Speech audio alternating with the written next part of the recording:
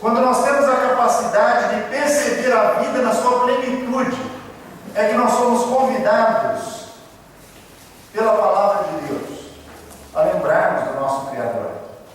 Talvez porque seja exatamente nesta fase que o ser humano começa a planejar, a pensar no seu futuro, naquilo que aquela posição que ele anseia alcançar um dia, na família que ele pretende formar, nos filhos que ele pretende ter, na condição social que ele almeja.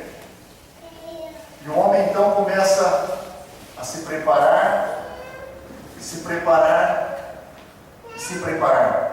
mas apenas para as coisas deste mundo. E ele diz: antes que venham os maus dias e cheguem os anos dos quais dirás, não tenho neles contentamento.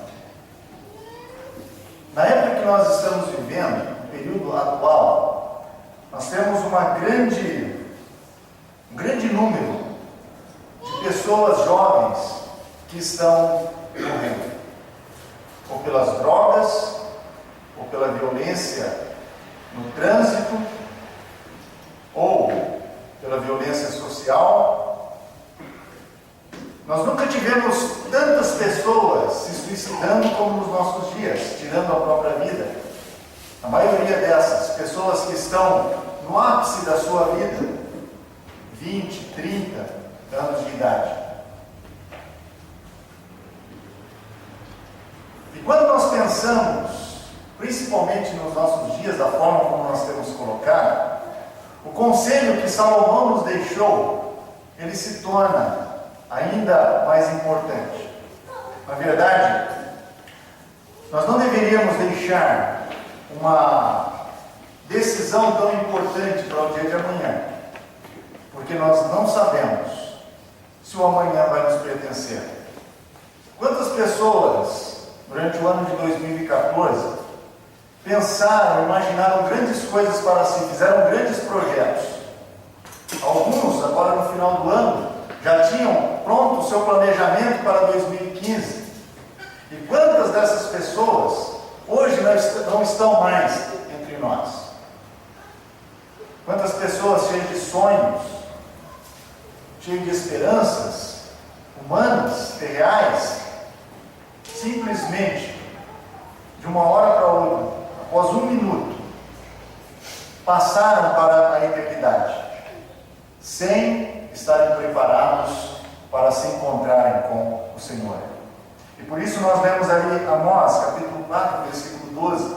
E embora o Senhor ali esteja falando com Israel naquele momento, o conselho que Amós está dando a Israel é um conselho muito sábio. E que cada um de nós, aqueles que não são crentes, e também nós, que já aceitamos o Senhor Jesus como Salvador, que já nascemos de novo, deveríamos pensar todos os dias e viver a nossa vida pautada neste princípio. Prepara-te para te encontrares com o teu Deus. Daniel, falando sobre um assunto semelhante, ele nos disse que muitos dos que estão no pó da terra ressuscitarão.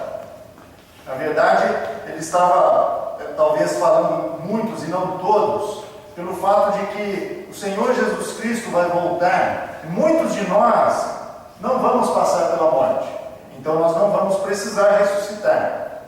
Mas daqueles que estão no pó da terra, todos, sem ficar uma pessoa sequer, todos irão ressuscitar.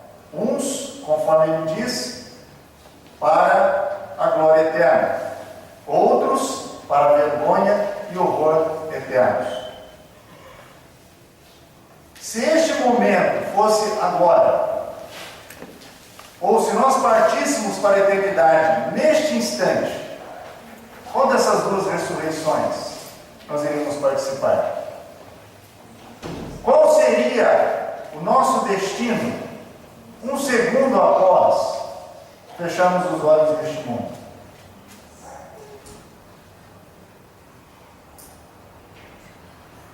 Aqueles que ainda não são salvos não aceitaram o Senhor Jesus Cristo como Salvador.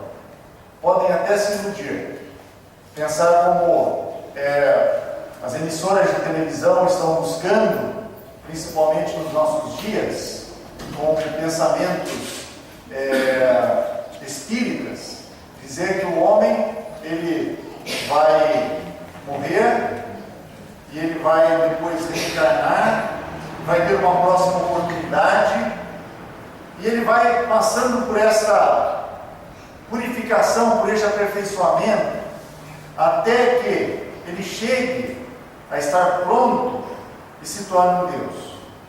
Ou, conforme outras religiões nos dizem, as pessoas vão morrer e vão ser colocadas num purgatório e ali eles vão ficar enquanto pagam pelos seus pecados, até o momento quando eles estarão preparados para sair dali e entrarem na presença de Deus para viver com Ele.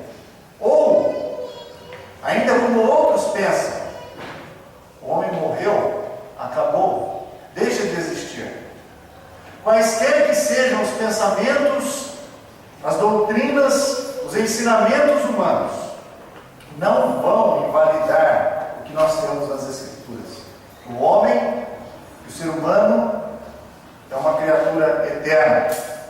E que depois que ela deixar de viver neste mundo, ela continua vivendo, continua existindo. E um dia terá que comparecer na presença de Deus. Deus não pede a nossa opinião, o que nós achamos acerca disso. Ele simplesmente revela na sua palavra e nos mostra aquilo que será. E então nós temos lido mais dois textos.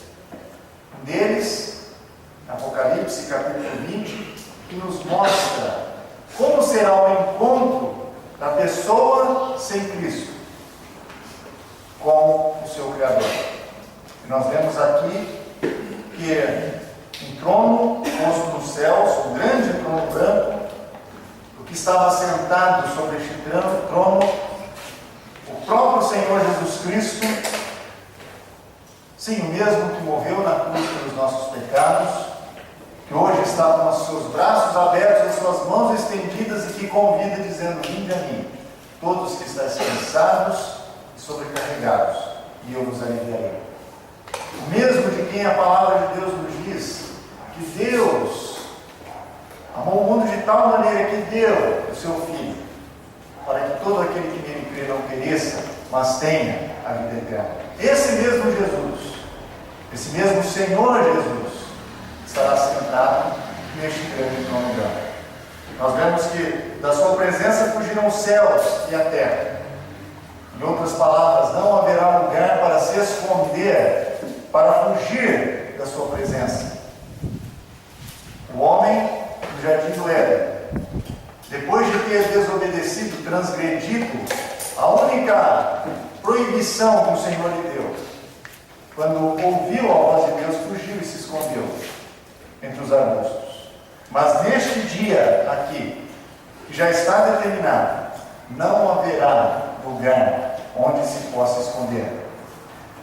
E continua dizendo que os mortos, grandes e pequenos, estavam diante do trono e abrindo-se livros. No versículo seguinte nos mostra que todos os mortos, aqueles que foram mortos nos mares, aqueles que morreram de outras formas, a morte ou além deram os mortos que nele havia.